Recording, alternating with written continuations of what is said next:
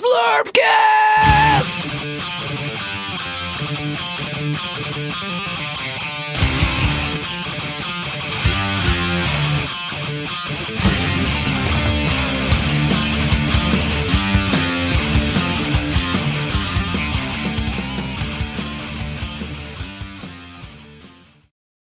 Zlurpcast TV on the air. Top row, of course, Biran in Extreme. I swear he sees my name and doesn't let me in on purpose.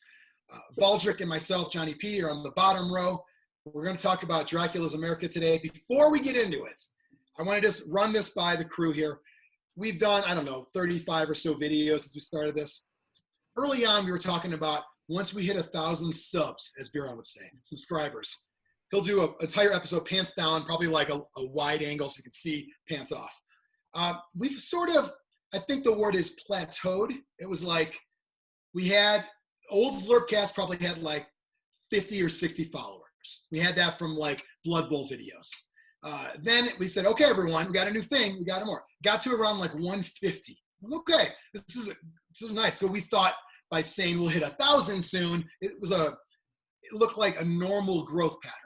We're hitting around 169, 170 now. It kind of goes back and forth. We get one and we lose one, which is weird to lose one. I didn't know people unsubscribe from YouTube. I thought we'd just keep it going.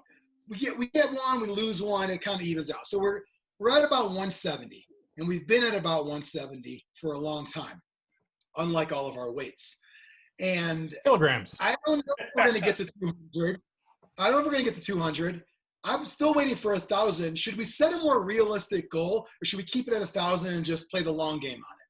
I think we play the long game because that way we'll never reach 1,000 and no one will have to see me naked. Okay. Well, remember, it's not totally naked. Right. I want you to, like, not boxers, but some kind of brief. Maybe just a sock? Yeah, if you feel comfortable with that. I mean, for you, it wouldn't be a crew. It'd be like the runner socks, right? It would be the no-shows. Yeah. Just a below the ankle sock, one of those. Yeah. So anyway, just if you're watching this and you like this little bullshit we do every week, tell your friends, give it a subscribe, hit the button. You get a new one every week. Ring the bell. So I just want to throw that out there real quick. It's been a while since we've talked about it. Figured it's good. There's people watching right now. Johan Mata's watching right now. Is like, what about the 1,000, JP? And I said, no, we're close. We're many umlauts away from 1,000. Many. We're going to talk Dracula's America today. And this is a game that is made by Osprey, just like Frostgrave. So they're going to see some similarities with the two games, but also a lot of differences as well. I will say in this group, Biran and Baldric, you've both played games and a campaign, correct? Yes. So I'm going to kind of just set the stage, and I got a few questions to lead in. I'm going to probably have you guys do most of the gameplay talk, but I've got a few kind of just because I haven't played. I have the book, I have the supplements. Extreme had. Am I saying it right? Extreme had or have right now? Currently have. Okay. Well, soon hopefully had. Okay. So you're actively trying to sell. Is this a buy my shit thing we're doing too? No, or is this something you would sacrifice for a giveaway? If I could find it, yeah. If you're patient with your giveaway, it's a big stack of stuff I have to sell. But yes, I'll get it to you eventually. Sure, let's do a giveaway. The beauty of this giveaway is media mail. Cheaper. Yeah, much cheaper. It might be 2 months, but eventually you get it. So stay to the end for the giveaway because I'll have to think of something. The rule book and I think there's the second supplement. Yeah, the supplement hunting grounds. Yeah. There's the green one too, right? Yeah. I don't have that one. Yeah, I have the core and the hunting grounds. Okay. I've got the other one, but I don't have it with me, so. It's all right. So we're going to get to all that. We're going to have a lot to cover. It's going to be a good episode. Even though I haven't played the game, I really like the idea of the game. Let's hope I like more than the idea. Blood Bowl, many of us like the idea of Blood Bowl. Mm-hmm. I've traveled the world, nay, universe, to play Blood Bowl. Now it doesn't sound so sexy of an idea. Dracula's America. I hope it's more than I like the idea of. And if you're watching right now thinking, I always thought it was cool, I played Frostgrave, never played that, maybe this one might say, let's get the group together and play. So I'm going to throw some things out there. Biran and Vulture kind of take this one and run with it. Setting-wise, just after the Civil War. We're at 1875. We think everything's cool, bro, right? We're good. We're not good. We're not good. Well, it depends on your perspective, but sure. True. Yeah. If you are Dracula, or you are a thrall of Dracula, you are cleaning house. You know, they say now, drain the swamp, right? That's what the people say now, drain the swamp. They, you know, in this universe, Lincoln was never shot, I guess. Oh, it he happened shot. before. He shot by Dracula. No. I mean, by our. Oh yeah, by historic. Booth. Yeah. So, I think he was shot after 1865. When was it? I don't know. This because at some point in time, Lincoln's killed and his whole cabinet's killed. I wonder if they got them all in one shot. I don't know. Was it like one thrall trying to please Dracula? Like, did Dracula literally drain the swamp of blood? Yeah. He might have. He might have. So at that point, you know, let's do a State of the Union right off the bat. President for life. Like, oh shit. Like, I was hoping for, you know, in the first 100 days in office, I'm gonna all these bullshit things. Right off the bat, president for life. The rest is just gravy at this point. So that's our current situation. You have these factions in the game. There are the followers of Dracula, pretty much trying to please him. The Red Hand Coven, right? Coven, yeah. Yeah. That's or what Coven, Biran if you're played. Coven, if you're a fan of American Movie as well. Mm-hmm. Great movie. You also have the Enlightened. No, what are the good guys? I already messed up. The good guys, the Crusaders. Twilight Order. Twilight Order. Thank you. The Twilight Order. They get armor in the game. A little different. So we'll talk about how that changes things up in a little bit. They get wings too. They have angels. Right? They have a character that can, yeah. Okay.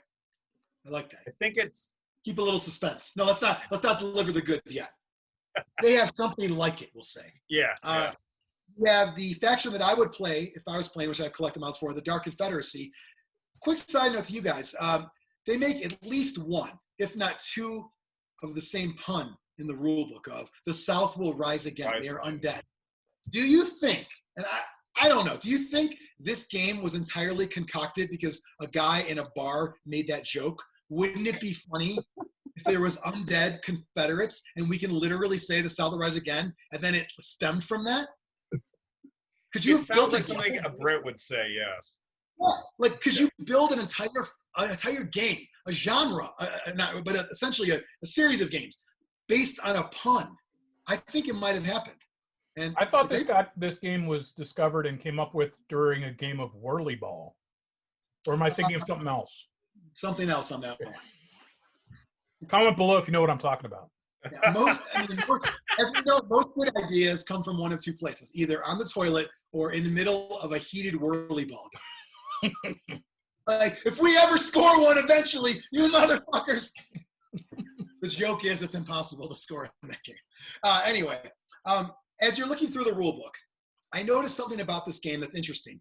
They have a stat called grit. Is that sort of like the everything stat? Yes. You basically have like, two stats, your move and your grit is the die you use for everything. So in that sense, it's a lot like Song of Blade and Heroes. So you basically have two stats. Based on the test, it's usually the grit. And so you've got D4, D6, D10, or is it D6, D8, D10? 10. Okay. Better models get better dice, right? Or get more sides on the dice. They get a higher die. You need a 5+ to succeed, so you have better chance on a D8 than a D6. So the thought would be, if you are a leader of a unit and you're rolling a D10 because you're the hardened veteran experience, easier for you to get a success on a 5+ than it would be one of your minions rolling that on a D6. Yeah. Okay. This is a game of Wild West, but weird, like undead, vampires, creatures. Could you play this game straight Wild West? Yes. Yeah. You don't have to do any of the supernatural stuff if you don't want to. No. You just play it the normal, I've got a gang, I got the regulators here, you got your guys. We're just going to play out some scenarios. We're not doing ghosts. We're not doing undead. We're not doing Wendigos. None of that stuff, right? Yeah. Oh yeah. Yeah, for sure.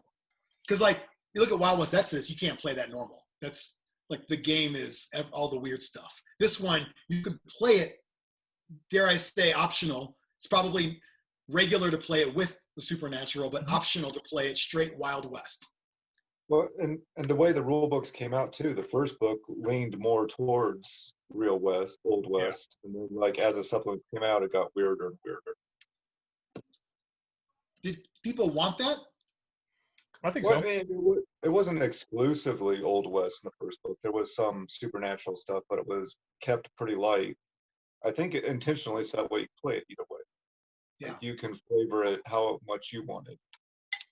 Because if you play this as a normal Wild West game, there's not a lot of rule sets that are better than this. So why not give that an option? You know, and I look at the model range, and you see, kind of like Frostgrave, they have their own models, North Star Miniatures. Unlike Frostgrave, I don't think this line has taken the next step into good models. Frostgrave had the models, and then let's do some cool plastics. I don't think they've done that yet. There's a lot of great miniature companies out there, but a little less accessible than Frostgrave because you want to find proper Wild West models. Everyone's got fantasy models, but not everyone has proper scale Wild West models. Were you guys using Tombstone or Black Scorpion models primarily? I was, yeah. I was using it because I had a lot of like sombrero guys and stuff on my team. I think they're great. Like I was looking at mostly Foundry guys. So I didn't like using the Wild West Exodus stuff because Wild West Exodus had some straight cowboy and Indian and stuff like that. They had weird proportions, a little bigger. Yeah, they're Wild way West bigger. It's like Slender Man looking guys. Yeah. They're all everyone's kind of like 6'6", 100 pounds. And they're almost all standing straight up, like a statue. Yeah. So these models, this is like a undead just dude. We'll call him the man. I'm a big fan of the bowler hats on cowboys. I think that's not used enough. I think it's great. I mean, I got his whole family. We got the whole family here. What am I doing? I did like some of the Undead Confederates, the ones that they came out with, I thought were pretty cool looking. Actually. Oh yeah. They're pretty good. Biran, I saw this guy and thought of you. So there's a lot of shit going on with this guy. Is that from anime? That looks like an anime character. Yeah, he's got. I got from stream here, so Okay, very nice. So model range leaves a little bit to be desired, but there's some cool options out there. I think, like I said, the Black Scorpions to me are the best. They made their own game, Tombstone. Sounds to me like when Mantic made Kings of War, like we better come up with a game just in case people want to use them, because Tombstone rules, they're okay, but they know people are using those for other games because they've done pirate models and everything else too. Blood Bowl as well. Adepticon's a great place to pick up models like that because they always have a booth for like Wild West stuff. Yeah, the Knuckle Duster people and the So you can play a game, one-off games. Let's play campaign where you can hire like hired guns, bounty hunters. Give me a preacher because they've got some monsters here. There's a lot of stuff you can add in. It could get a little unruly if everyone's not up to speed on it, but it's all in one rule book. I mean, you got supplements, but the main rule book covers a lot of ground. What do you guys, as far as Biran and Valdrick, if you want to talk about sort of the gameplay, how things work, explain the cards. I heard Wesley Snipes say always bet on black. Is that the same kind of thing with the cards and the initiative? Oh yeah. Black. So it's how the basic mechanics work. It's on opposing dice pools. So it's like Dreadball in the sense that if you get modifiers, you always have a target number of 5+. And if you have modifiers, it affects the number of dice you roll. There's a base number of 3, and then if you're in cover, you minus a die. If you're in short range, you add a die. But you're always looking for that 5+. So it's very similar to Dreadball in that sense. 5+ is the standard number, 5+? Yes, 5+. Oh, okay. Yeah. So the grit die is the die that you use to roll. So your base nugs are D6s, so they'll have a 1 in 3 chance of getting success. The next level up are the D8s, the next level up are the D10s. And you're rolling pools, so you're looking for multiple successes. It does have an exploding die like Dreadball, but unlike Dreadball, you re-roll a dice in the pool. So if you're rolling 3 dice, the most you can get is 3 successes. Okay. So it's not like Not roll an two dice and it keep, gives you a reroll. You reroll a you failure. You have to reroll. reroll a failure. yeah, Okay, makes reroll sense. failure. So it's unlike, Dreadball, where you roll 2 dice, you get 9 successes sometimes. This, caps out at 3. The cards are used for initiative. So just say you've got 6 models in your posse, you get half that number rounded up. So you get 3 cards plus 1 if your hero's still alive. And so you have a hand of 4 cards from the deck. And this deck does not regenerate. So once you play your card, it's gone from the deck until you go through the deck. So what you have to do is at the beginning of a turn, everyone puts a card face down, then you flip it up. And whoever has the highest card goes first. All black cards trump red cards. So a black 2 will beat a red ace. Okay. So you've got your spades and your clubs, ace to deuce. Yeah. And then below that, you have the same with the red suits. Right. Ace. And then jokers are on the bottom. Oh, jokers are in the game too? Yeah, jokers are on the bottom. Knowing when to waste a good card or to say, fuck it, I don't care. Would you think it's a big part of the game? Yeah, because sometimes if you got a guy down and it has like that Mordheim rule, if you're down and someone charges you, it's dead. Yep. So, in that situation, you want to go first. But like the first round, it doesn't, you're not in range for anything yet. It kind of doesn't matter. So you kind of hope you get a lot of red cards that first hand and not the ace of spades. You'll never get it back. You can't like mulligan or anything? No. So, Okay. And there's also a really kind of cool rule that if you both play the same card, like this, 6 diamonds, that causes an event. And you wouldn't think it happens that often. It did actually every time we played. Oh my God! There was a game I played with Ryan, and 3 of the 4 cards we played were identical. It was so weird. So 1 in 54 with jokers? Basically, right? Yeah. So about a 50-50 shot. Oh, it was. We were getting kind of weirded out. We were like, "This is." That seems like it would never happen. Yeah. But I was shocked at how often it really did happen. And again, if you're playing 3-4 people in a game, it can happen more often. Oh, you play multiplayer a lot? Yeah, we did. It actually played okay multiplayer, I thought. Yeah, because the deployment zone was kind of in the corner of a 3x3 thing, and you also had NPC. Not I shouldn't say NPC, but you had bystanders. Bystanders. I was like, and pedestrians, whatever. Yeah, bystanders. So, which were nice because if you grabbed them, you could use them as human shields. So if you were playing the Red Hand Coven, you could suck them dry to heal and stuff. Yeah, that was nice. So you go into a saloon and you grab the bartender. He's now like your cover, essentially. Mm-hmm. Yep. Yeah, so if you're shot at and you take a wound, you can say, "Oh, I use this as a human shield." You discard that. Yeah. That was a common tactic. The first thing you want to do is grab a human shield. Oh yeah, always. So very family friendly. It sounds like blood, vampires, and human shields. Because that was always the thing we forgot to bring was the human shield model. So Todd had this big bin of just random crap. Random crap that always go in there and go. Yeah, that sounds like a good opportunity. This Blood Angel Lieutenant is not my human shield. It sounds like a good opportunity for like a gaming group to make models of all of them and use them as the human shields. Yeah. So now it's like you're part of the game. It's what you always wanted. You're in the game. Yeah. Except you're like it'd be fun to do like one of those hero forges. Everyone do a hero forge of themselves. Everybody would shoot at you though. We'd ignore the actual scenario and shoot Biran. My head counts as double hardcover. Right. You got it. I don't know if does this have like a where you get hit? Because then your head would be like 5+ on a D10. And then like 1 to 4, everything else. Yeah.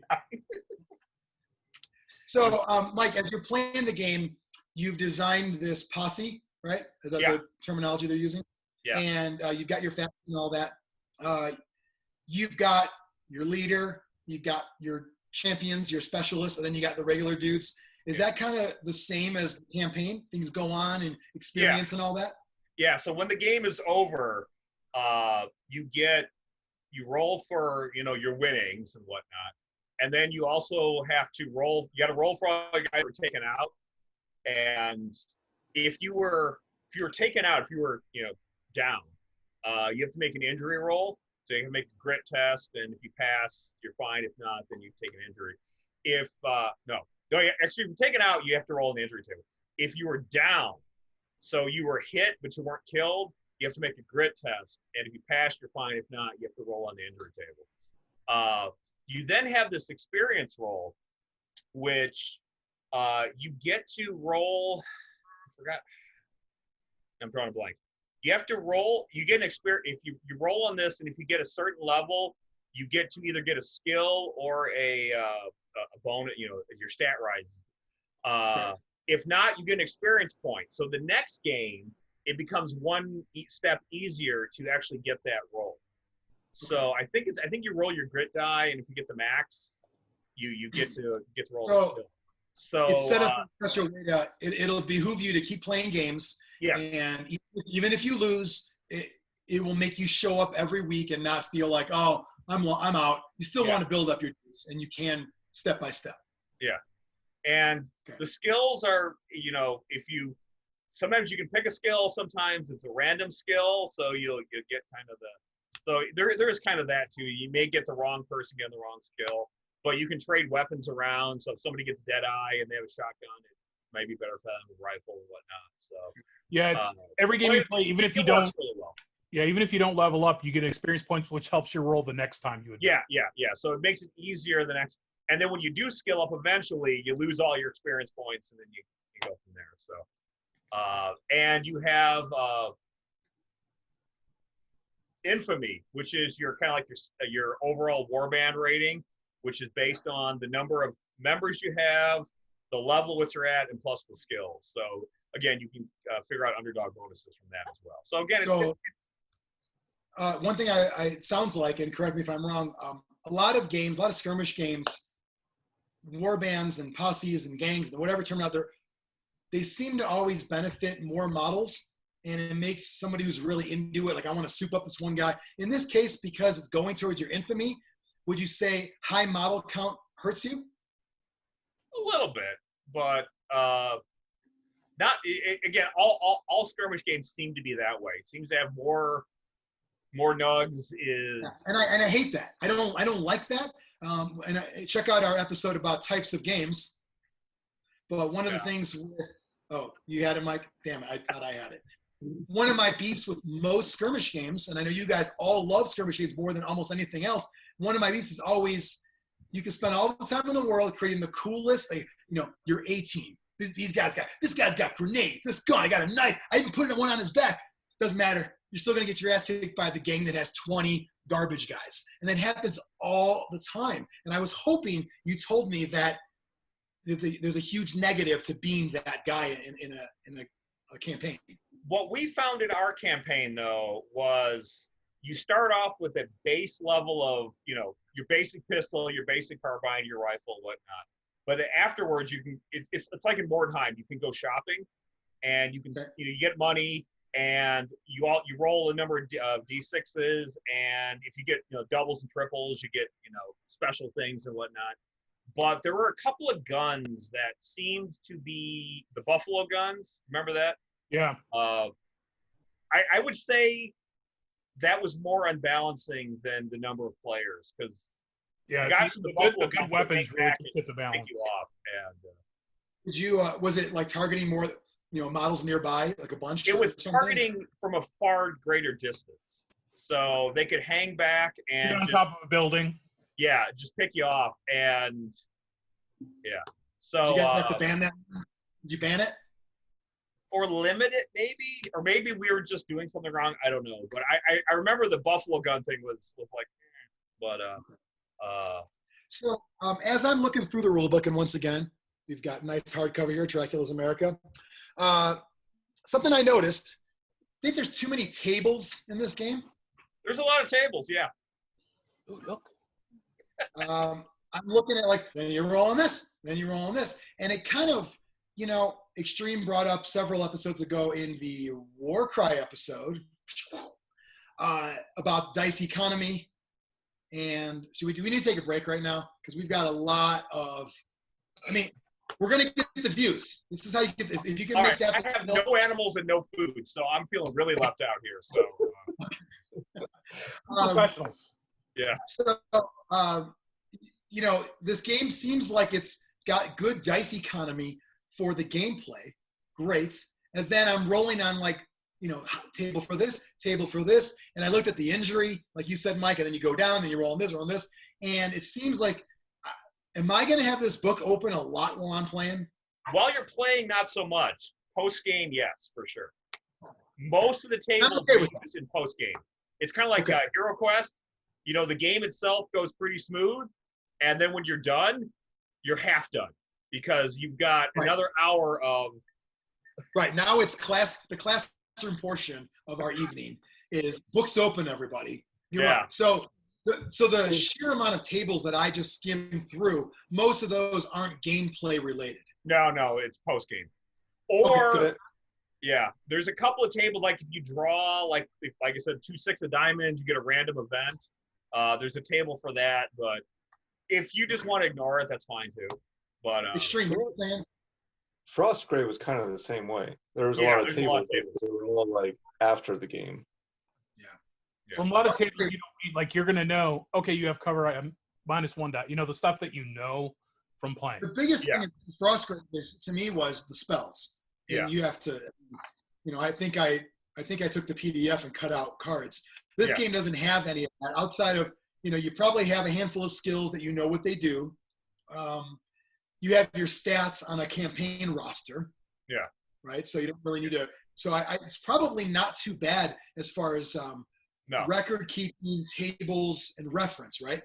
Yeah, it's all you really have to know while you're playing the game is what's your grit stat, what are the ranges and modifiers for your weapons, short, medium, long range, and what any other weird skills you might have. And so the actual gameplay was pretty straightforward.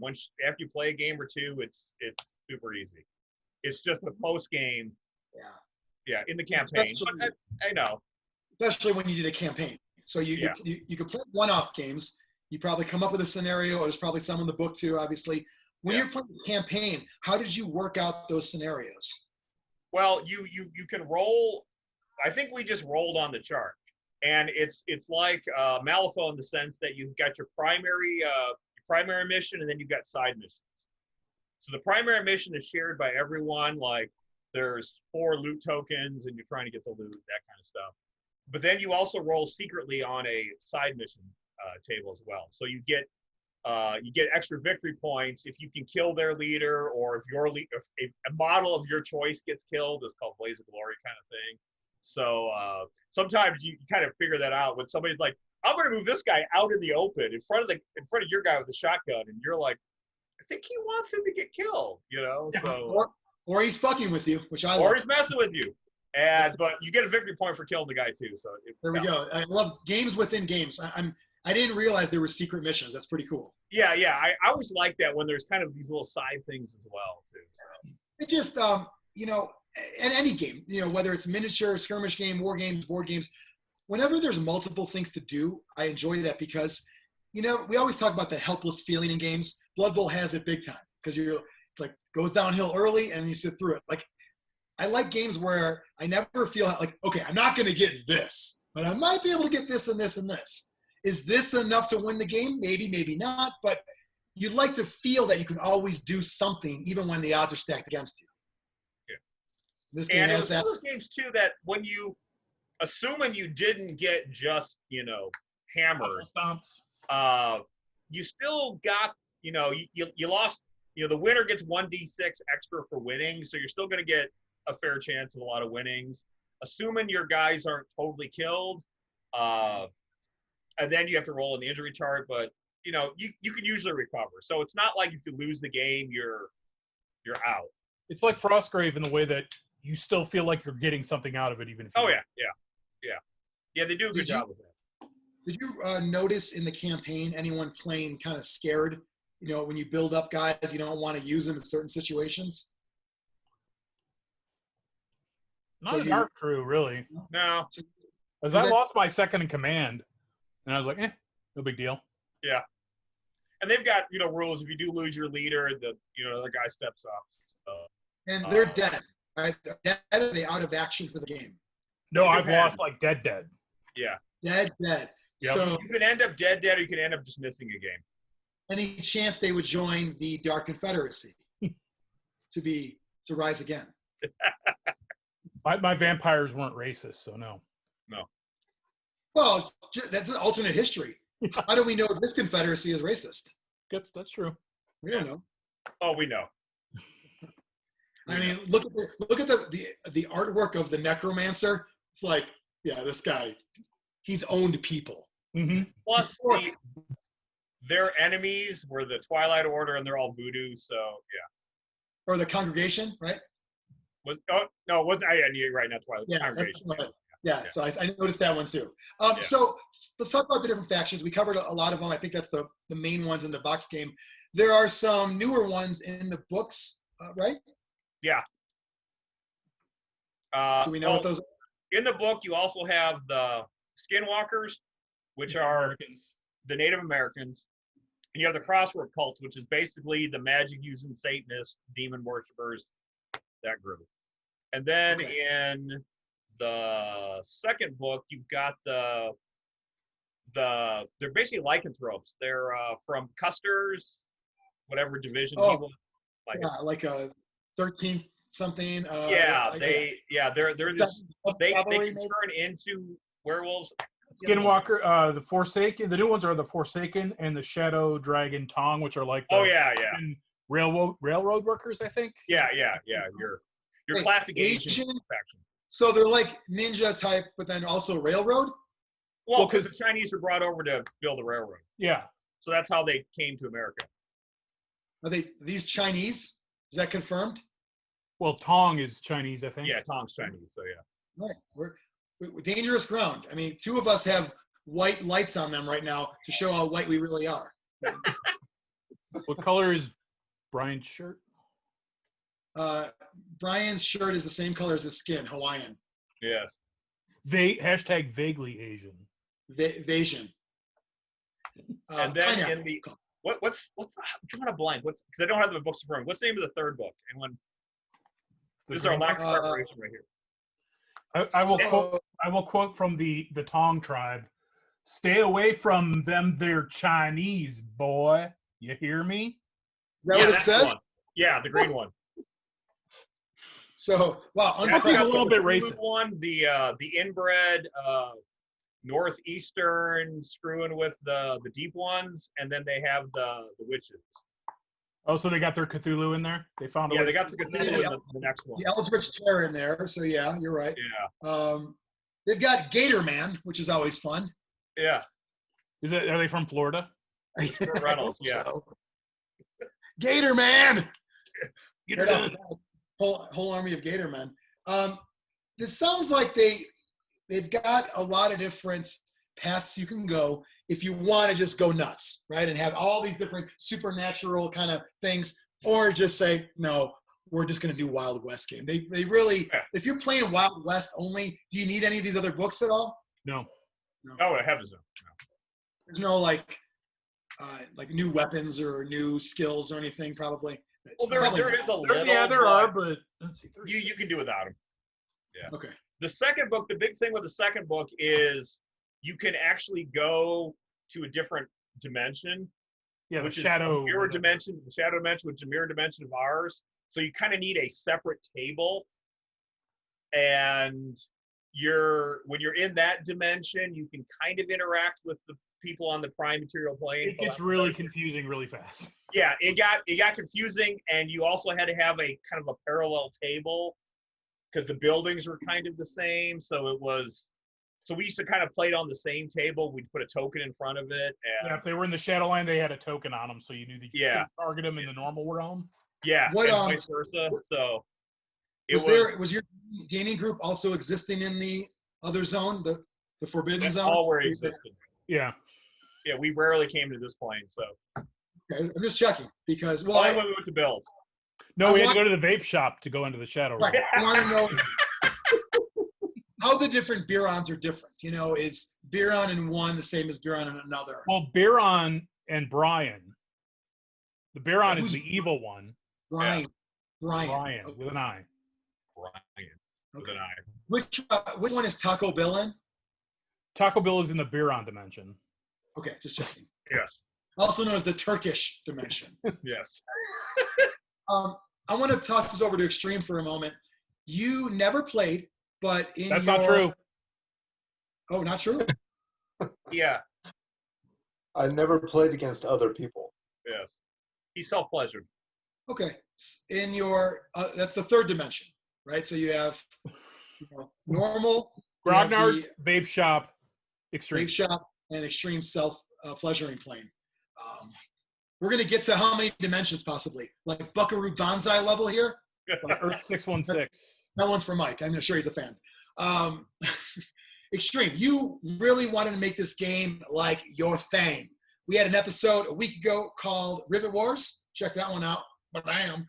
That's now your thing, but you want to make this your thing. Tell me why you wanted to make it your thing and why it's not your thing. It's a lot of the same super positive things that go with Frostgrave go with this. Like, as soon as you get your models together and you have the freedom to do that, it's a super simple rule set that plays, and it's just a lot of fun. The big difference I think you mentioned already is everybody has fantasy models. Not everybody has Old West or Weird West models. So there's a little bit more, but if you're interested at all in that scenario, I think this rule set is just really cool. So I was hopeful that if I had all the terrain and I had some models, I could get other people into it. But what I discovered is I'm just not the kind of guy that brings other people into games. Do you think it's because you're not approachable? People think you're too pretty? No, I don't think that's it. I just I think it's like when you might run across an actor who was somebody. Like weren't you the I'm just the guy at Walmart now. Like, do you think you have this Blood Bowl notoriety? You were like, the shit, if you will. Not the drizzling shits, but the shit, if you will. You, in Blood Bowl, time's taking a toll on your dwarf record. It's available at the NAF.net if anyone cares to see it. Time's taking its toll on there. You used to be that guy. You organized tournaments, gigantic, huge tournaments, events, parties at your house. Are you just sort of past that in the cycle now? So no matter how great Dracula's America was, it's just not going to be you? I think the biggest thing, I think I needed someone else to be the champion for this game, and I would be like their deputy. Like, I'll provide Other guy. a lot. You'd be the other guy. Yeah. So I needed a main guy that would push Dracula's America. Then I'd be like, hey, I'll do a lot of the work behind the scenes for you. As long as you deal with the people, you get other people to play. We'll all play. It would be awesome. So I never really found that. I think you make a good point, JP, because I was watching Daredevil, and my least favorite character is Foggy. And I remember how promising he was in the Mighty Ducks, such a handsome young man, and then look what happened to him. Well, let's go full circle. So Mighty Ducks, Mighty Ducks. Yeah. Foggy Nelson. Yep. Chick-fil-A in Warrenville. I saw him. I swear to God, I saw him. So in like 5 years, where's he? I assume dead in 5 years. I mean, I'd like to think he got to assistant manager. Yeah. Maybe he's all my pleasured out. I don't know. Yep. Speaking of my pleasure, Extreme, talk about the solo style you wanted to play version of Dracula's America. Yes, they released a solo campaign, so there were rules for it, and I went through and played it. And it plays really well as a solo game. I had a lot of fun with it. But I think the stumbling block I come with all the solo games, like there's no incentive for me to like paint my stuff or like go above and beyond because no one's ever going to see it other than myself. But it was really fun game to play. Why is that a hurdle though? I mean, like obviously since we've all been not as social as even the most antisocial gamers are still less social now than they were 1 year ago for obvious reasons. If you are playing games in your house, whether against yourself or with people in your house, family, significant others, why does it matter? As long as you're having fun, right? It shouldn't matter who's going to see them. Yeah, I don't know. I just really enjoy the hobby side of things, but if I don't like if no one else is going to see it, I don't have the incentive to like convince myself I need to get this stuff done because I'm going to the gaming store and I don't want to see unpainted models. I agree with that. Or Like, if if you're going to a game night and you just painted a new squad, you're excited because people are going to see the fruits of your labor. And then you get curb stomped, as Biran would say. And then you throw it all in your case without packing it. I'm glad I finished them all tonight because I'm never touching these fucks again. That's what you do. You're like, oh, I built my 5 guys for whatever game, then you add in a heavy weapon guy. He's not going to get painted because you got curb stomped after the first 5. You never got to that guy. That's how it's going to be forever. Well, at least you got 5 painted, which is nice. That is nice. Look at that glass half full guy. Yeah, you got 5 painted. It's going to the Detolf. It's painted. The fucking, the heavy weapon, the Gatling gun guy over here. He's going to be on his own. When people look at my painted stuff in my Detolf case and they go, "Wow, that looks really good. Did you do that?" and they're pointing at an extreme model, and I say, "Yes, I did." Yes, I did. I mean, when you pay for it, you've also bought the license. Yeah. I mean, if you were to enter a model you bought in a painting competition, is it immoral, unethical? Sure. Is it illegal? Should you not win? I don't know. I was actually shocked at Gen Con a couple years ago, because we always just kind of assumed that if you enter something in a painting contest, you have painted it. And so it was not explicitly stated. And people from part of the country I won't mention, but rhymes with Las Vegas, we're like, Ohio? Yeah. We're like, what? It doesn't say we have to paint it. It's best painted, not best painter. Yeah. Yeah. So, I wouldn't do it myself. No, I would never. What? To go with what Brian or Biran was saying, where he would take credit for my painting, it would probably even pass if he shed it to me, because I often, like, soon as the stuff has left my house, I forget that I painted it. There was one time I was playing a Blood Bowl game against somebody, and I complimented their team. I was like, "Oh, that's a really nice team," and he's like, "Well, yeah, you painted it." And I was like, "Oh, I wasn't trying to say it like that." Yeah, right. It turned into these PSA, like, "You all right? I learned it by buying it from you." Like, it was you. And the great thing about getting old is everything is anew again. Yeah. I can watch scene in 1994, and I'm like, you know what? I don't know what the fuck happens in this movie. I didn't know he was in this movie. I saw it in the theater. Like, watching all those Marvel movies again, I was like, oh, wow, yeah, I forgot. Samuel Jackson's in this? And the crazy thing, here's what the crazy, cool / sad thing with the Marvel movies were. Even the recent ones, I was like, huh, like Endgame. That was like a year ago.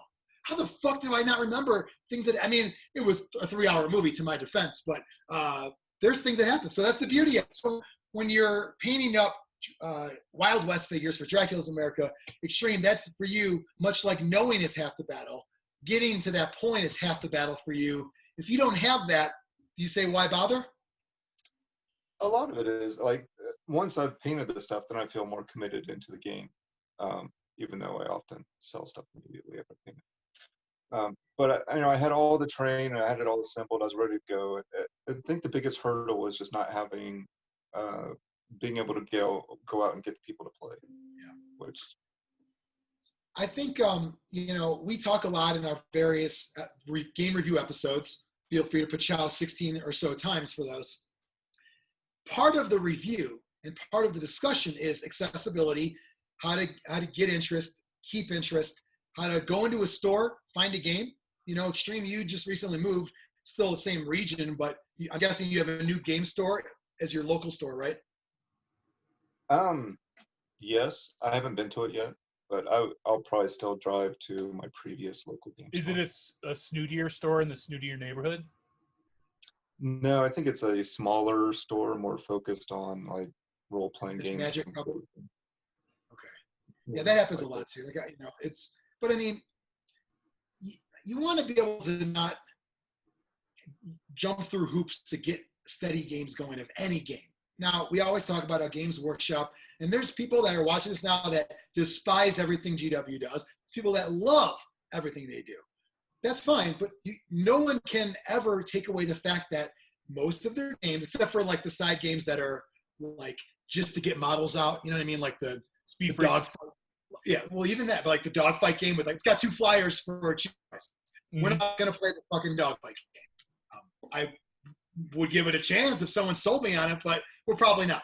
You could always find games for GW games. Games like Blood Bowl, who have carried themselves, when it was not cared for by Games Workshop for many years. Games like Necromunda, who went through house rules. Even like weird games like Inquisitors. People are doing all that. Other games, even if they're brand new and they still feel like the latest hotness, there's still a lot of hoops to jump through, even if you are like the guy at the game store who gets people into stuff. Let me ask Biran and Valdrick, you played with your normal group, the Friendly Ass Grognards. Any one of the normal crew not get into this one? No. And we added Eric, because he's the Wild West guy. Yeah. So he was Eric, so it was our normal group plus Eric, so we actually expanded beyond the normal group. I Shout out actually to felt Eric. guilty because Eric works his ass off to promote Wild West Exodus. And I played one demo with him, and that's it.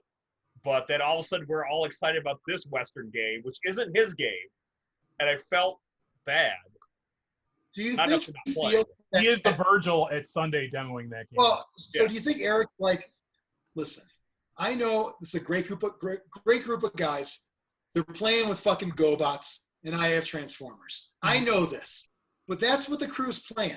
And if I want to be the guy that goes to the store every week and hopes for the demo and nobody shows and it's sad and sucks, or do I want to say, fuck it, now I'm a truck, now I'm a robot. One move, one fucking flip. That's what a GoBot is. They moved over to that. Now, you guys might think the opposite, which is fair. You might think we have Transformers. He devoted his life to GoBots. Doesn't matter who's right or wrong. He did it. Eric, by the way, has a YouTube show and podcast. Black Hoop, right? Yeah. How do you Yeah. say that first word? Say Black- that first word. Black Say it. I Black think Hoof. you said black hoof or black hoof? Black Hoof. Hoof or hoof? Hoof. I say hoof. Hoof? Okay, just check. I didn't know if that was a dialect thing. We It we're is. in the same area, so I think we'd have the same one. You've been around a few times around the world. What do you say? Hoof, Say black hoof. black hoof, Now say black hoof. black hoof. I was That sounds gonna weird. say hoof. You ever say a word over and over again and it starts sounding weird? Yeah, Weird, the yeah. word snack is weird to me. Snack. It's not that, yeah, the schwa. Yeah.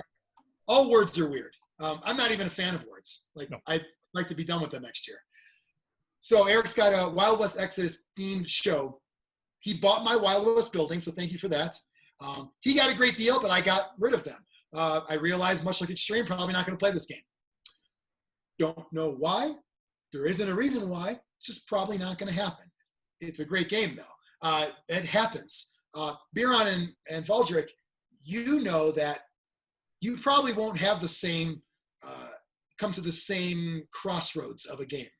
Because you realize, I think it's going to get its due, right? Do you feel that, or let me, before I say this question, who in the group was the presenter, the champion of this game? Ryan? I think it was Ryan. Ryan, yeah. And I think before Ryan ran it. I think. and when he presented it, what was your guys' initial Well, reaction? I think we were all interested in it. Because Extreme got us. He was the one that got us excited. And again, I also felt a little bad talking about this game that he really wanted to play. That we're like, Hey, that's oh, his own fault. we have to play it. That's his own fault. Listen, Extreme, he's the front of the human centipede. He has no room to complain. If you are the Run front, to Schaumburg anytime he wants. if you are the front of the human centipede, that means you don't have to eat anybody's ass. You have no room to complain because you got someone into it. If they're having a gay old time with it and you're not, I'm sorry. At least you're not eating ass. That's how you gotta look at it. Yeah, That's how you gotta I look mean, at it. that's a good slogan for life. At least you're not eating ass. Yeah. Unless Right. you want to. Right. Yeah. I think I don't know if you guys saw the viral video. The guy had an "I eat ass" sticker on his truck. Cop pulled him over, made him take it down. There was a whole thing. What am I allowed to say? I gotta explain to my kids. Oh, that's your fucking kids. Not my. You gotta explain it. It's up to you if you want to explain it. Extreme, that's a great slogan. When you're the front. When you're the front of the centipede, it's a great slogan to have. You got them into it. So Ryan championed it. You guys were already down. You knew that no matter what, though, it was done by the people who made Frostgrave. So you already had all these, and it was endorsed by one, Brian Extreme Mitchell, had all these things going for it. Even if it sucked, you also know you're going to go to the next one, right? Yeah. It leads me to my question, is this anybody's main game ever?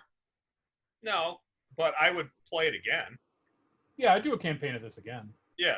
So why is it not a main game? Another campaign? That's 2 more than most people who have talked nicely about this game have ever done. Most people just say, looks cool. Never played. We've done campaigns for a lot of different games, though, so it's not like that is some special signifier. Yeah. I think I would say that it's probably not anyone's main game, but it could be a regular side game or a regular break game. Where you bring it out on a regular basis, so it's kind of like your secondary. It's like a sorbet between meal courses. Cleanses the palate. Yeah. Sure. Okay. I think you guys are all, I mean, I haven't played, but I'm surprised no one said it could be a main game. I'm a little disappointed, actually. I thought somebody might think, I want to play. You both said, I would do another campaign. I would do another campaign.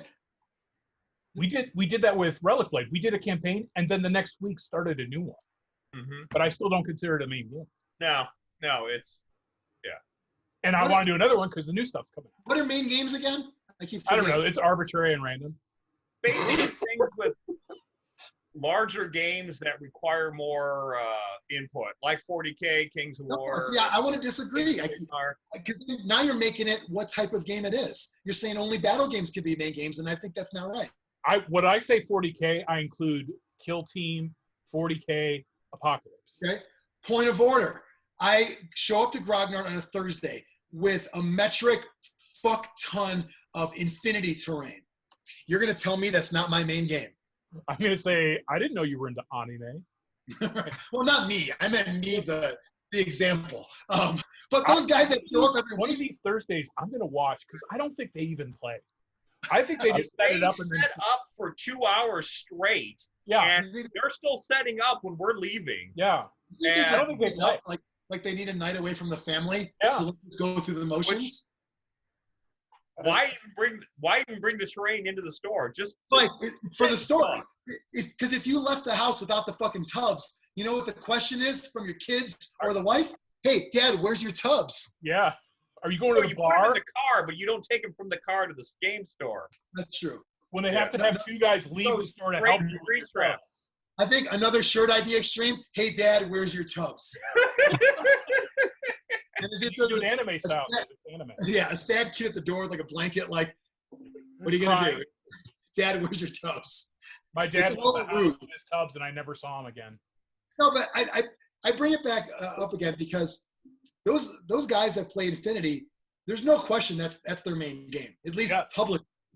And I just think that's against everything Mike just said about what defines a main game. I would define a main game as a game where you have this select amount of hobby time. If it's going to take up the bulk of that, or if you're thinking about it outside of that hobby time, and then it's a main game. Like Blood Bowl was my main game for a long, long time, but it's not most people's main game. Yeah, if you go to even if it's a game like Blood Bowl that is the best party game we learned, if you're traveling for events for that, that's main game stuff right there. Yeah, so Extreme comments below, say what game you play, and we will tell you if it's a main game. You'll be judged appropriately and harshly and arbitrarily. Extreme, you just said hobby, which I disagree with, but thinking about I do agree with. Because I throw to you, before you answer, I throw to you Rivet Wars, your new main game. I mean, before, when I said hobby, I didn't mean like modeling and stuff. I meant your outside of work time, like your fun time, like how much of that have you devoted to this one game. Fair enough. Okay. So yeah, even Rivet Wars right now, I would say I hope it's my main game, but it's not there yet because in my free time, I'm not thinking about Rivet Wars at this point. Are you thinking about Ted Terranova and his underwear? No. Are you thinking about what his skin would look like on top of your skin? No, I could say I've never thought about either of those things until now. until now. Is that a Thank you. wrestling reference that I don't get? No, it's just me being stupid. Oh. Which no one gets. It's not even me. So with this game, you guys are ready to play another campaign right now. Is that fresh gangs, fresh posses, or do you continue perpetually? I would play a new posse. Yeah, I would probably get the expansion book and maybe try something else. Because I played the Red Hand Coven. Yeah. Or as I called it, Roja Manos Coven. Because Dave Fernandez was the leader. Did you say Kevin at the end? Coven. Oh, it sounded like you said red-handed Kevin. Oh, like you said, it should be Coven. Because Coven sounds like oven. And that's not American what it's movie. about. Yeah. Mike Schenk. Great movie. So I'm in your group. Let's say I pop back into town. I'm in. Well, are you? You have to go through the tribunal. No, I'm in. Hey guys, I actually played some Dracula's America at my store here in Colorado. I'm gonna bring my built-up, souped-up posse. Everyone's like crazy good gunfighter. Is that cool? No. You'll get but you'll get shame points. I don't care about shame points. I've grown past that. Well, you might not keep tab of them, but I do. That's fine. You know what you can do with those? Put them in your pooper. This way, right up there. I'm just saying it because Blood Bowl has rules in effect for carrying over. Necromunda, other games we've talked about that have campaign systems, many of them allow you to port gang posses and whatnot over. This one's not really made for that, right? Well, you do have underdog rules and things like that. So, but we know what we think of people that do that. Like, for instance, in Blood Bowl, for instance, I will tell you, a certain Turkish individual did that. I solely created a rift in the Crumble League many years ago because of my hatred for perpetual leagues. Like, I ruined it. I went in there, drove that fucking wedge in there. It was great. I loved it. But because I think it's ridiculous. Well, you get cards and I don't give a fuck. When you go up against, you're here and I'm here, you can give me all the bonuses in the world. It's not fun and it's not fair. This game's not really designed. There's underdog points, Mike, but it's not really designed for perpetual posses, right? Or is it? Comment below. I don't. There's a cap because you never get better than a D10. Yeah, so I don't think you're going to be as outpowered as you would be in certain like Blood Bowl kind of thing. A whole posse with D10s would be awesome. The whole posse was, yes, but yeah, but still, stuff dies easy enough where I don't know if that a D6 you're succeeding on a 1 out of 3. On a D10 you're succeeding on a 60%. It's a 60%, yeah. So it's better, but it's not. And also on a D6 you get the reroll more frequently. You got a 1/6 chance of a reroll versus a 1 in 10. So I like the mathematical answer. Again, it's more because with the card activation thing, you can't activate all your models in every turn. So unless you're doing these, because when you activate, you can either do 2 actions with 1 model or 1 action with 2 models. So if you're far enough away, you can kind of move everyone up, but you still can't. How many per turn is it? Is it 3 per turn? It's half. You get your cards that you get to draw are half of your posse number rounded up. So if you have 7, you get 4 cards. And if your leader's still in there, you get a bonus card. Okay. So if you had 7 models, you could get 5 cards. So you could activate theoretically 5 models. You could 7 if you wanted to split some, but there's things kind of built into the game that kind of balance that out a little bit. Do you find that some people just leave their garbage guys somewhere and never really do anything with them? No, actually, you put the garbage guys out front. Because you don't care if they die.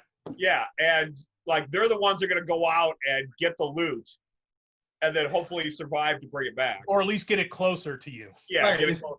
They get shot. You put them out there, they get shot, then you hope that they bring a good guy to go finish him off, and then he's in the open and you blow him away. And then get the loot back. Because I was playing the Crossroads, which is the magic user, so my lead guy was my I forgot what he's called, the head wizard guy, and he kind of hung back because he would summon things, and then they'd go out and do all the stuff for him, but I had to keep him alive or. Mike, did you have an appropriately painted Citadel or other model for each crazy thing he summoned? Yes, I did. I actually had my entire army was Blue Oyster Cult themed. So any game that I can pull in Blue Oyster Cult gets a thumbs up for me. So all the models were based on songs or characters or people in Blue Oyster Cult. It was. I had a whole backstory for everything, and no one else gave a shit. I didn't care. I was basically solo role playing. So Extreme cares that no one's going to see his cool models and doesn't want a fantasy to only live in his head. Whereas you love that. You love when the entire thing is in your head. Oh yeah. Didn't Ryan do some punk rock theme on his guys too? He had all his players were named. All his models were named after bassists from. Bassists. Because of Barry. Yeah. Yeah. Did Barry play with us too? Was Barry in the game? Was he a human shield? No, I think he was one of. I think he might have been one of Ryan's models. So. Yeah. So, Mike, you referenced. I don't know if it's the official term, head wizard guy. I think it's Grand. Was that Buck Dharma?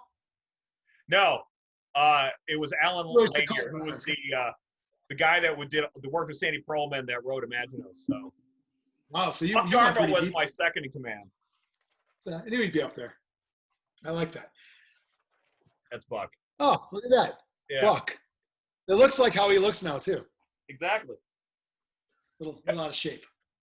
So did we always have a veteran and a hero, right?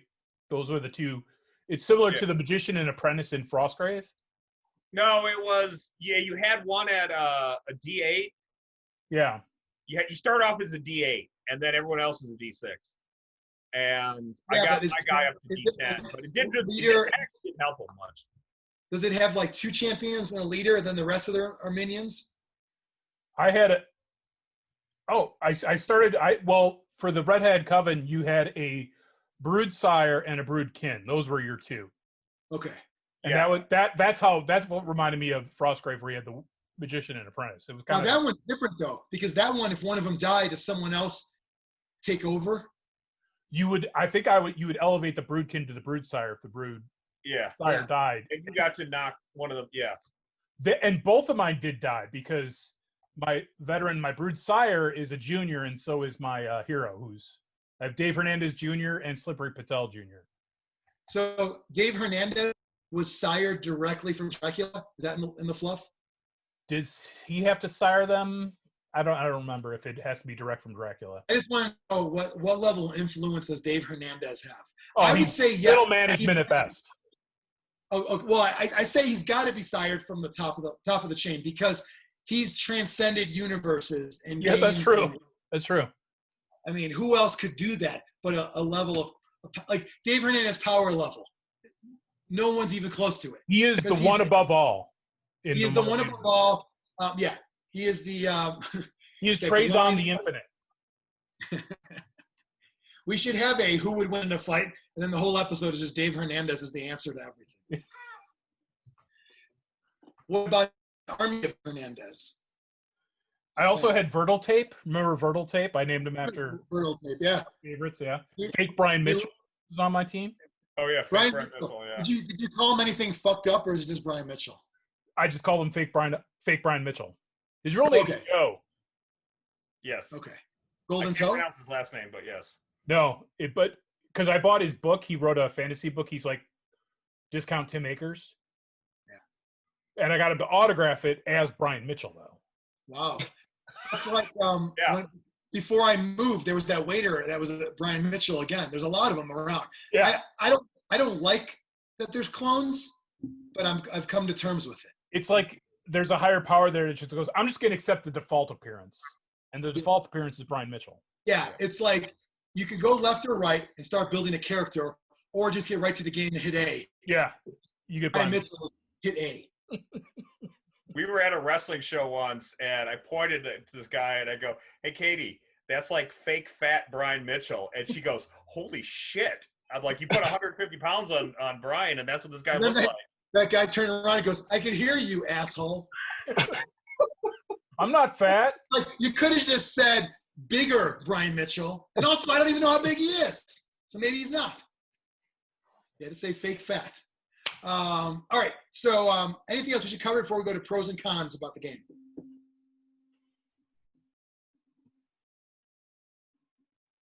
Okay. Let's go to pros and cons. I have one thing. Okay, Mike. Pronounce the author's name. This is a fun one. Oh, I love this name. Heath. Jonathan. Wait, no, Jonathan. Jonathan. Yeah. Jonathan. Hey, Thornthwaite. Hey, Thornthwaite. Yeah. You got to get the THW. Hey, Thornthwaite. Is it Hey Thornthwaite or Hey Thornthwaite or is it? I think it's Hey Thornthwaite. I fucked up. Yeah. Hey Thornthwaite, like Hey Thornthwaite or Hey Thornthwaite. I got Hey Thornthwaite. Yeah. Hey Thornthwaite. You got a lot of spit on the camera there. That's how you get COVID, kids. Yeah. Do them from home. Jonathan Haythornthwaite. Haythornthwaite. That's a British name, right? It has to be. Oh my God. Yeah. If it's not, he needs to be deported immediately to Great Britain because that is not an American name. I want I want a real American name like Brian Mitchell on my book. This doesn't have that. Or like when Jervis signed our Blood Bowl books, he said, keep blank sixes. Like, what the fuck is that word? You don't know how to write the word rolling? Keep blank sixes. It's just a scribble. I don't know what it says. Is he the author of Frostgrave too, or no? No, that's McCulloch. Sure. Yeah. Joseph McCulloch. No, it's Joseph McCulloch or McCall. Totally different. Totally. Well, similarities, but differences. This one is very thematic, obviously. Not that one is wizard focused, but I think it's almost like they followed a similar path. Is that an Osprey Publishing sort of like, hey, make this sort of like you've got a dice roll, you got modifiers, or do you think? I mean, do you think there was any kind of correlation there or causation, if you will, Mike? I don't think so. No. I have a feeling that Osprey is just like the publishing house for those two games. They have other games that they publish, like the Ninja one, and there's a Pirate one, and then why do we compare these two all the time? Because they're both published by Osprey. Okay. There are some similarities, I think. Well, I mean, yeah, you're rolling dice and you've got the modifiers and all that, but there are some similarities. Skirmish game. There are similarities, but I feel like both these games were brought to Osprey already in a finished state. Yeah. And Osprey published them. Yeah. Makes sense. I mean, Frostgrave D20s with these modifiers, crazy swings that we talked about. This one, you've got a pool of successes you're trying to get. So it's still a different game. I just think we compare them. It's probably right. It's probably just because it's the same company, but they're not, they just happen to be under the same moniker. Should we go to pros and cons? Okay. We're going to start with the two veterans of the game. Biran, give me your pros for Dracula's America by Jonathan Haythornthwaite. Thumbs up to Haythornthwaite for the theme, which I believe it's the theme. The theme. Haythornthwaite came up with a Haythornthwaite. I enjoy the theme quite a bit. I don't know. Is it problematic? Some of it, maybe, in today's year of our 2020. You know what? Tell the viewers what the fuck you say in our chats.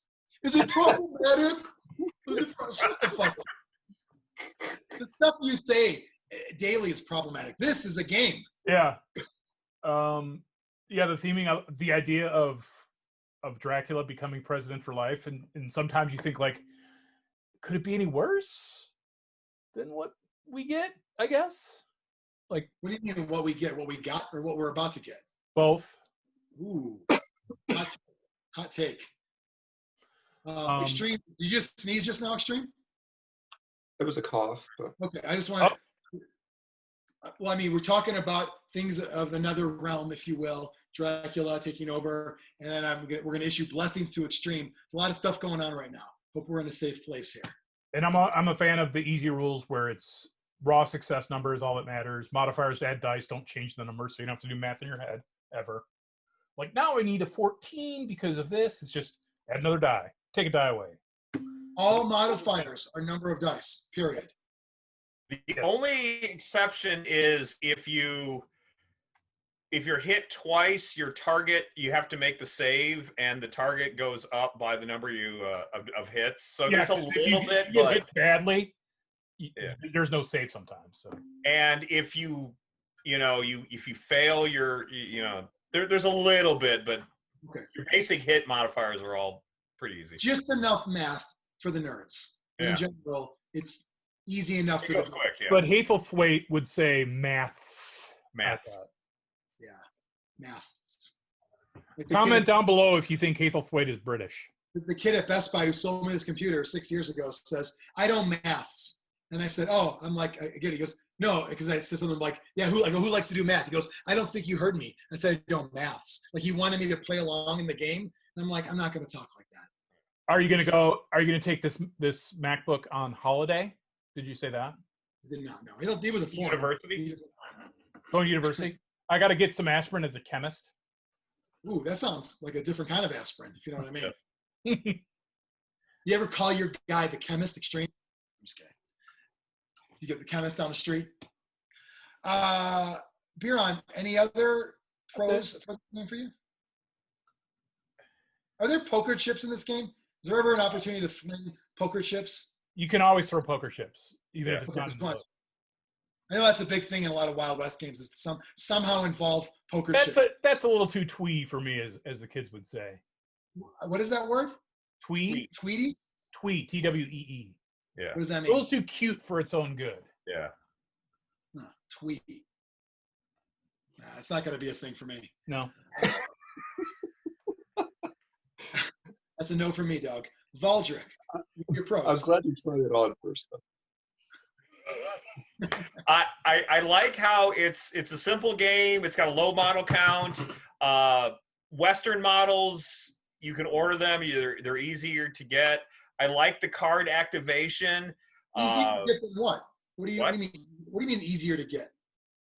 You can go online and order Western models. Comparatively to other genres, that's easier? Extreme. Yeah. Extreme, it probably disagrees with that. Counterpoint? Extreme? I mean, they are easy, but maybe not easier. Boom. You just got roasted. You mean going to Miniature Market and buying Foundry Western? Support your FLGS. Support your FLGS. I'm not going to, but support your FLGS. I don't know, Miniature Market. True. You act like that's a tab already open on my computer. Of course it's not. I would never. It's easy to get Old West models, but it's easier to get fantasy models. I would agree with that. Okay. It's in your pro list. That's the reason why I'm only dissecting this because it's in your pros list. And I don't know if I would have put it in a pros list. That's all. I like the card activation. It kind of keeps with the Western poker theme without being the twee poker chips. And again, you know, before I really looked into the game, I thought there was going to be like a poker hand, and I was like, you're trying too. I'm not going to use the word, but too much of that. It's like wearing a top hat to play Malifaux. Yeah. Now, is it twee or is it thwee with a th? Twee. No, for this game, thwee. Oh, for this game, it'd be thwee. Yeah. Created by Jonathan Hathaway. Double lisp. So you like the cards, the activation? I do like the cards, and I like the theme. I like the Weird West, but not being too weird. It's not steampunky; it's more magical, and I like that better. And they bring in some of the Cthulhu, but it's not overpowering. So, yeah, it was a good game. Okay. Extreme, do you want to go next? Sure. I think I would echo almost everything Mike just said and what Biran said before him. I really like the theme a lot. And the fact that it's open to other models, I think is really cool. Because, I mean, initially just reading through it, I was like, all right, I want to do one of these posses from this faction, but I'm going to do it this way. I'm going to do this. Like, it was sparking my imagination. I was ready to go. And I really like the gameplay in general, how simple it is, but there's still choices to be made, and there's still some strategy and tactics. And the way the activation goes with cards is all really cool. Okay. I'm not going to echo anything because I'm going to have original material. All right. You guys can do that. But I will say this: that oh damn it, I'm about to echo something. I didn't want to echo. It's coming. It's coming. It is a game where you can use your imagination when building your posse. Much like Frostgrave, you can, who says if you build it, we can dream it? Is that You dream it, we build it. John M. Smith? Yep. Oh, makers. Or is it Walter E. Smith? And why is that Smythe anyway? Or is it Thrive? Anyway, you can build what you want. There are, like I said earlier, I really like the Black Scorpion models that they use for Tombstone. And there almost seems like an exact port over for every one, at least in the main rule. I don't know about the expansions, but in the main rule book, there is what feels like they've got models that look like they're outlaws, which would be a great red-handed coven. They've got models that look like they're undead, which darker. Like it seems like there's just a almost like it's imaginative, the different factions they have, but it's also normal enough where you can find models that fit. If you're still not just the Wild West version, but even if you're playing the more magic and supernatural side of it, you can still find those things that they are out there. So it's kind of nice that you've got that. I think I haven't played the game actually played yet, but it seems easy. It seems like a game I don't have to open the rulebook a lot, which is why I brought up the tables and all of that. That was my only concern. I don't think it's going to would be an issue. I think I'd have my posse sheet in front of me and just where it activates. Before I keep going, average game is about an hour or 2 hours, would you say? If it's two people, you can get all right, you can play the game in about an hour, no problem. And then you're probably going to tack on another 20 minutes for post-game stuff. Then maybe a 30-minute trunk talk outside. Oh, yeah. There's always that. Could you, now, post-game stuff, is that only in a campaign? What if we were playing one-offs? I don't think you need to do the post-game stuff. No, then you don't do it. Could you ever see yourself playing one-offs on a regular basis?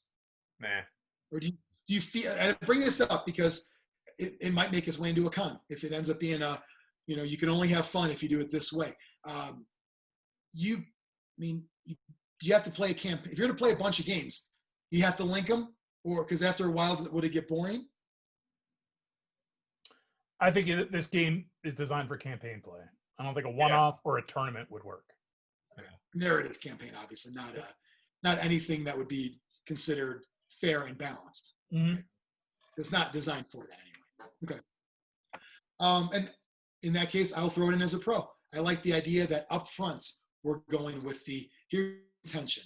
Start with this, build to get to this. And I like that approach to the game. And you know what? Fuck it. I'll echo everything. That goes away.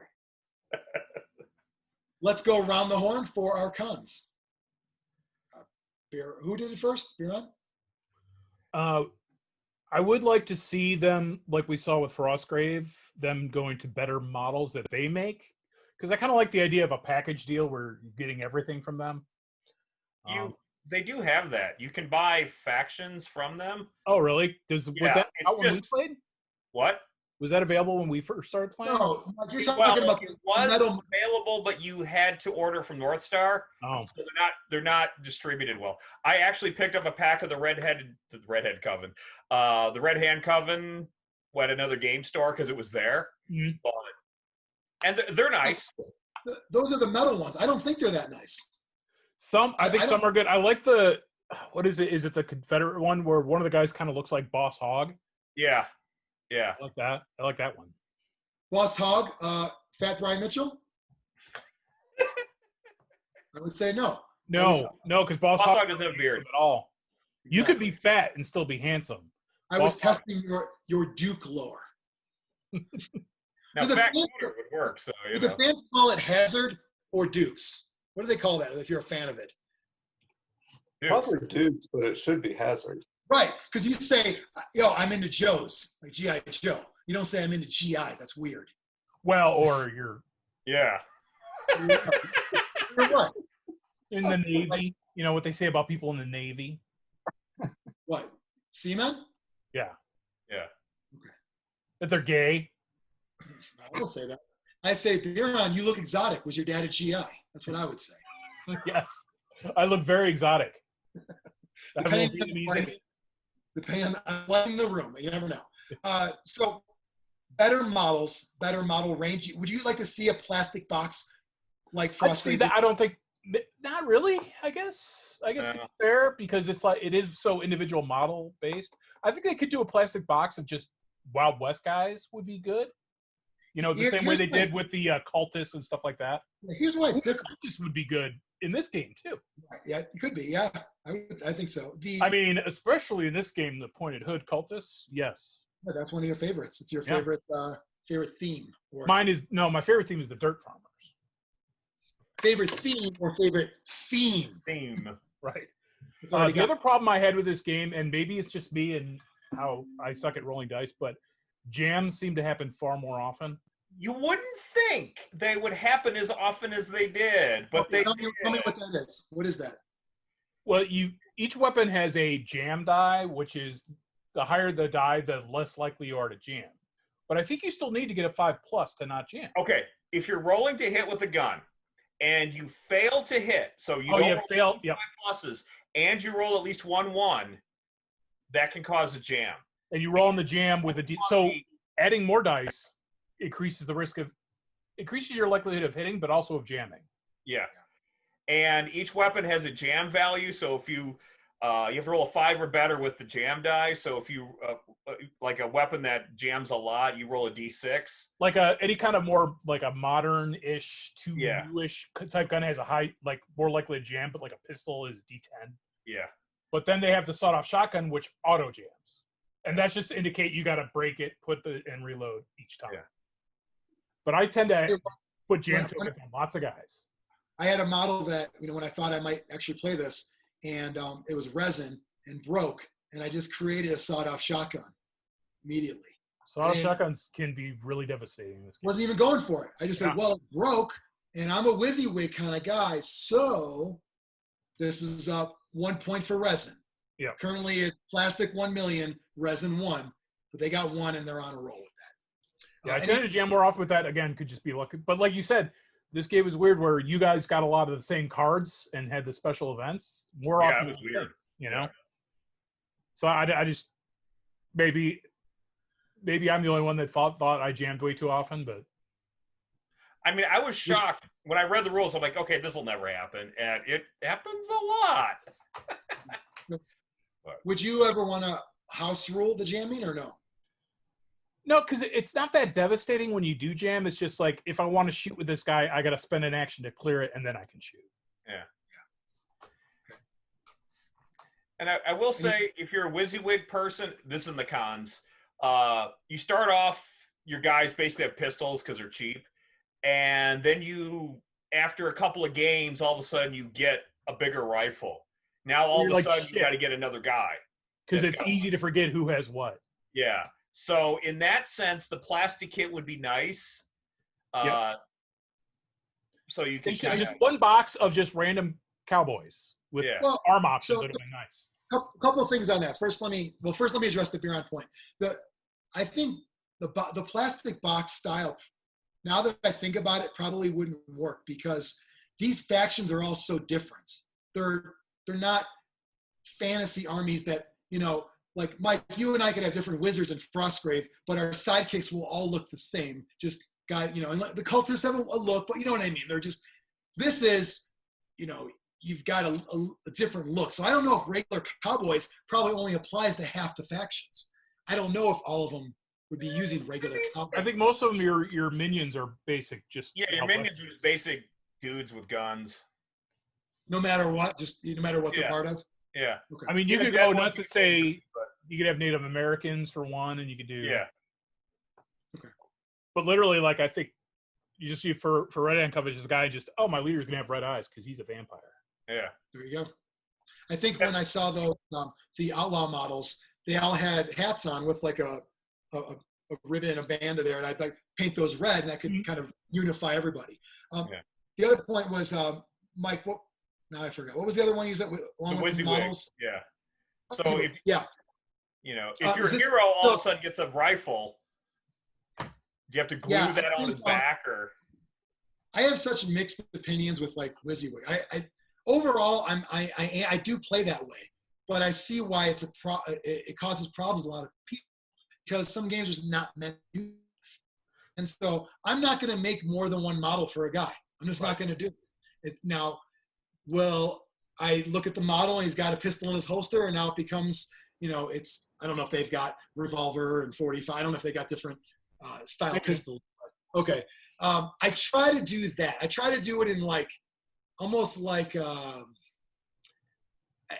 best effort WYSIWYG.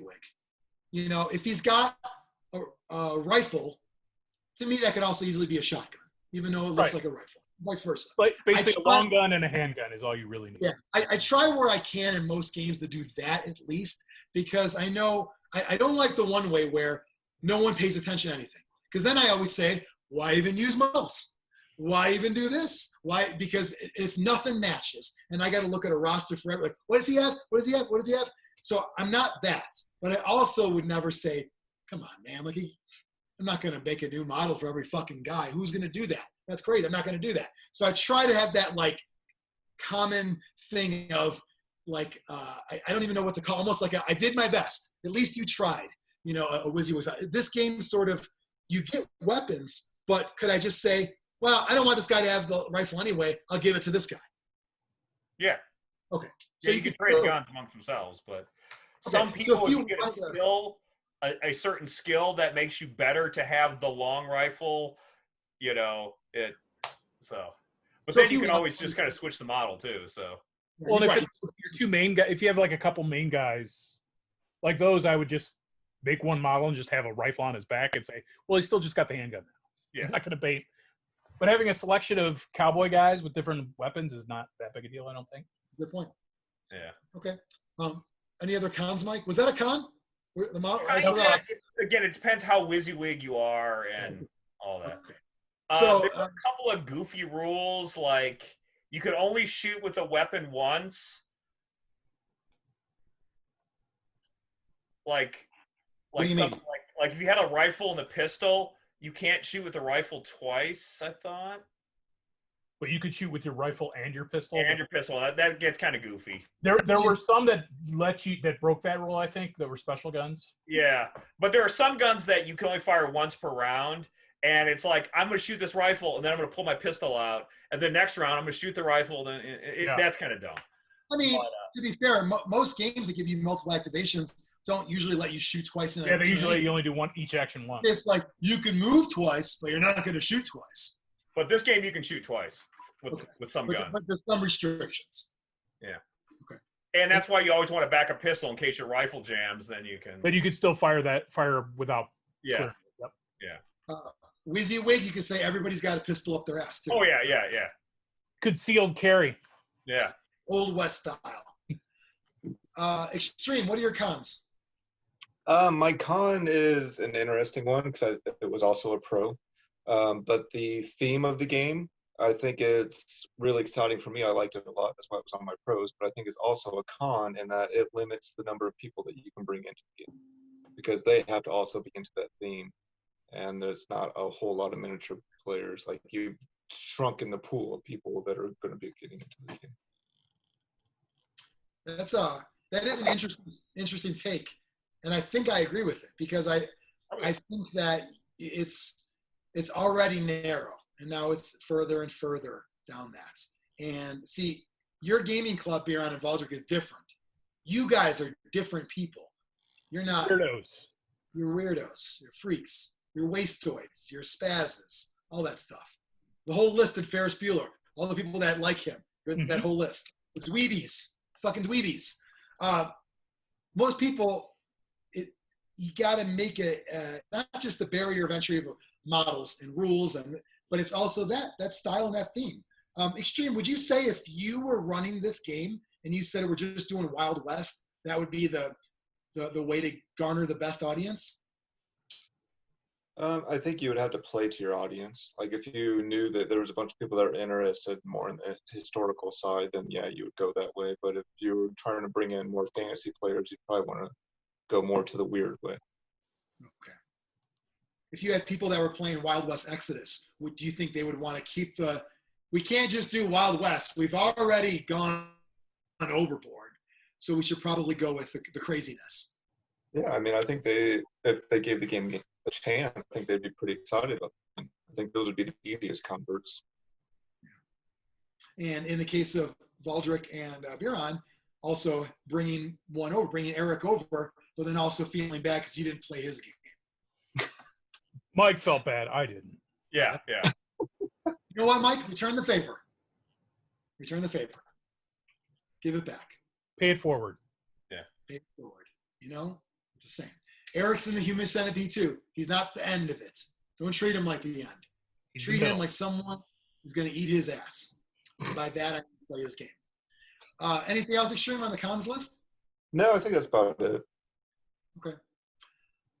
As for me, I don't really have a lot. It's just it's a little bit of a different style of game, so it's might be harder. But if you, like we've talked about many times, if you have a good gaming group, there's no reason why this game wouldn't be a success in that group. It's fun, easy, cool theme. It's just, do you have the resources available already? And by that, I mean players, number one. Models and terrain, that's secondary. That's easy to get. And I will say, though, the terrain is kind of, because Western, you kind of need Western buildings. And that's the only reason why I sold Eric my buildings. What else am I going to use it for? Nothing. In fact, even Wild West Exodus, who I also enjoy that game too, but because of the scale, there's actually some weirdness with, I mean, again, most people, you shouldn't care about this, but we're weird, we do care. Like, why the fuck is this guy, he's already on a base that's this big, then this big, then this big. I'm talking about Wild West Exodus. And now it's like, the doorway's this big and he's this big. Like, this looks dumb. So you've now taken this, I can only use the terrain for these kind of games, and cut that in half. You have 28 millimeter and then bigger. So you're right. You can get the stuff, but just know that it's never going to be busted out. I mean, it's very rarely will you use this. And I mean, maybe role-playing games, if you use terrain, most people don't, but I mean, there's not a lot you can use it for. Probably not sci-fi, probably not fantasy. Malifaux. When's our next episode? Yes. Yeah. Both have the same style of hats as well. I mean, other people could use it for Malifaux and Dracula's America. Extreme, you've sold your terrain, right? I have, yes. I had a shit ton. Yeah. I didn't have as much as you. I had 6 buildings. They all looked cool. I bought them pre-assembled. They're great, but so they're not going to stick around for that. So you're right. Good point, Mike. I guess on the con side of things, it is from a game setting or genre of that setting, it is its own thing. You have sci-fi, you have fantasy, and everything else is its own thing. A lot of these things, Western and modern, that's yeah, you just can't. So you're right. The game itself, not really a lot of cons, just some steps to get in. But if it seems like the right game for you, if you're watching this and you say, yeah, this seems really cool. I like Wild West stuff. And I don't mind being the guy that buys the buildings and brings it to the game store, or they come over to my house, whatever, then there's no reason not to give it a try. It's just getting willing participants who think this game is fun and cool and want to play this instead of their traditional fantasy or sci-fi miniature games. That's all. So no real cons for me on that. All right. Anything else before we get to our Zlurpee ratings? I take that as a no. Dracula's America, Jonathan Haythorpe. Let's go with, as usual, I'll be the caboose on this one. I don't mind. Biran, how many Flurpies do you give it? This gets 4 Thwerpies out of me. 4. 4 Thwerp. Do you say Thwerpies or Thurpies? Thwerpies. Thwerpies. So it's a W in there now too. Yep. Oh, he's got that. Yeah, it is. It's a THW added to the words. I just want to make sure we get the correct formula for anyone playing at home. If you want your words, just add a THW in there. Yep. 4 for Biran. Valdrick, how many Thorpies? 4. 4 what? 4 Thwarpeeth from Flawless. Oh, you did Thwarpeeth. You did a double on that one. I like that. That's just my speech impediment, so. If you had a speech impediment, would it negate the thwarp? Like you talk normal? Like you have the speech impediment normally, and then when you play this stupid fucking game, it's not even a game, you then talk normal. Possibly. I will also give it 4 Thwarpies. For me, I haven't played it. So for me to give it a 4 is a big deal. But I also didn't play Relic Blade either, or Relic Blade. And that also seemed like a 4. Some games for me are 4 worthy. I don't have to play them to know it's still a 4. And there's a chance you play a game you think is a 4, and after you play, you find out it's a 3.5. Oh shit, that could happen. We'll address those in our April episode next year. Score recap and changes possible. I'll tell you what, I'm already going to rescore Legion because I'm enjoying it way more because I didn't play it before. Right. And I did a bad job selling it to you. That's on me. I should have sold it better to make you give it a 4.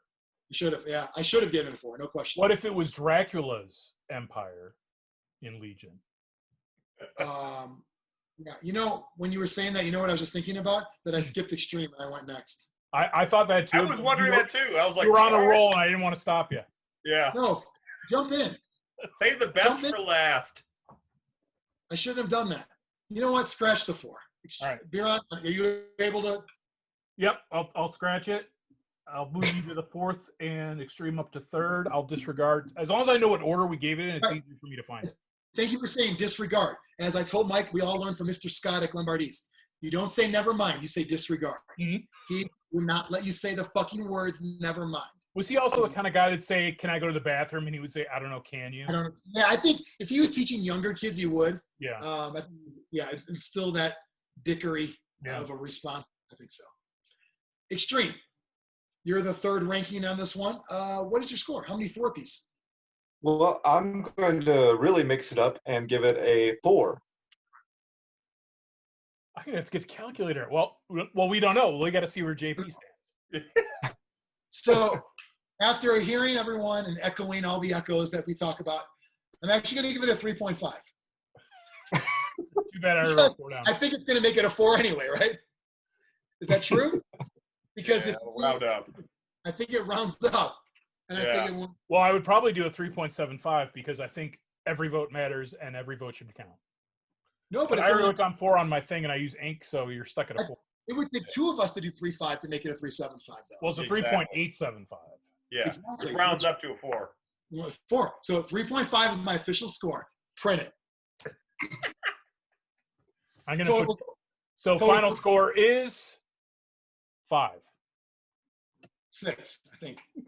It's a 4. 6. See, 4 is on the screen right now, right? Is it this way? Nope. Go this. Oh, is it like that? Yep, It's like right this? there. Up higher. Angle. There. Yep. Yep, there it is. 3 point. Am I hitting the spot? Yes. All right. I'm going to have to move it around a lot. That's fine. That's what she said. So that's been Dracula's America on Zlurpcast TV. Follow on social media at Zlurpcast, Facebook, Twitter, Instagram. Zlurpcast discussion on Facebook. There's a group there. You can join in. We've got 1 pending member right now. Extreme has him under review. What do you do? Are you looking at his other groups to see if he fits our, our theme? Yeah, I mean, he's in 250 groups, so there's a lot to go through. Okay. See if he's got a few like Ragnar groups in there. Maybe like a swap. Any swap groups? Look for that. Yeah. Swap and sales. Also, if you see mutual friends, it'll probably say Todd and Mike. So, side note, everyone knows that Mike on Facebook is friends with everyone. Is Todd trying to take your title? Todd works out and will friend people he wouldn't friend IRL. Because, Right, but we all know that. Mike would be IRL friends with them. Right. But from an online persona standpoint, do you think Todd's trying to basically gimmick infringement on Mike? Could be. He can have it. I'll share. That's exactly what you would say. He would never say that. That's why it's yours. It's kind of like the We got to ask a question to see who the real one is. Like, that's exactly what the person that friends anyone would say. He would never say that, which is why he's faking it. Regardless of him being a faker, go to Grognard Games in Roselle, Illinois. Great place. grognardgames.com. Biran, put it up on the screen. Just kidding. You're not going to. Ciao. You're not doing that. You're not fucking doing that. I don't even know how to do that. You should probably slam on that sub button right there. Ooh, no socks again. No socks, no pants either. Look at these fucking legs. And while you're doing that, ring my bell, like that song. If you want to do a rendition, ring my bell. Great song. Think about that song while you ring the bell, because it tells you when a new episode's here. You get a notification. And isn't that what we all want? More notifications on our phones? I mean, come on. I want. Don't ring that bell. It's annoying as hell. Well, if you ring a bell for us, maybe just pay it backwards and unring someone else's. Right. You know? Have our bell replace that bell. Yeah, like you follow, Guerrilla Miniature Games. Canadian thumb ring games. Canadian thumb ring games. Yeah. The good thing about our bell is you know exactly what time it's going off every week. Yep. The con to that is, if I know that, why do I need to ring it? It helps the algorithm, allegedly. No, that's true. The other answer will be, eventually we may go live. Once we start doing more gaming in person, if you ring the bell, we decide to go live, you get notified at that moment when we go live. Wouldn't you like, I mean, we talk about how allegedly great the Friendly Ask Grognard's Game Club is, but wouldn't you like to be a part of that on a virtual basis? I mean, across the table, you see Mike. He's shaking his head like, you son of a bitch, you and your shit rolls. Biran's over there like, I don't even like to play, I just want to hang out. Ryan's there like, let's try this game. Like, we're in the middle of this game. You can see all that stuff happen live. Like, you can open up a little computer or phone right there. You can be part of the action if you ring that bell. And they have to go live too. I don't know if it'll ever happen, but it might happen. And if it does, it'll be at Grognard Games, most likely. But that's it. Probably a bullshit episode next time, because we've done 2 games. We're due, yeah. We're due. So I think it's time. Let's say our goodbyes. This is Mark.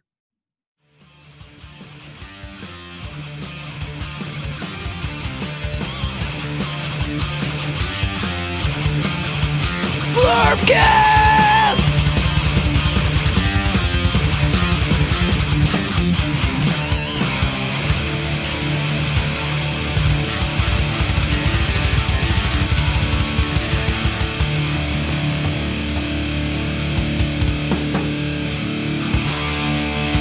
Brought to you by Zombie. Eat flesh.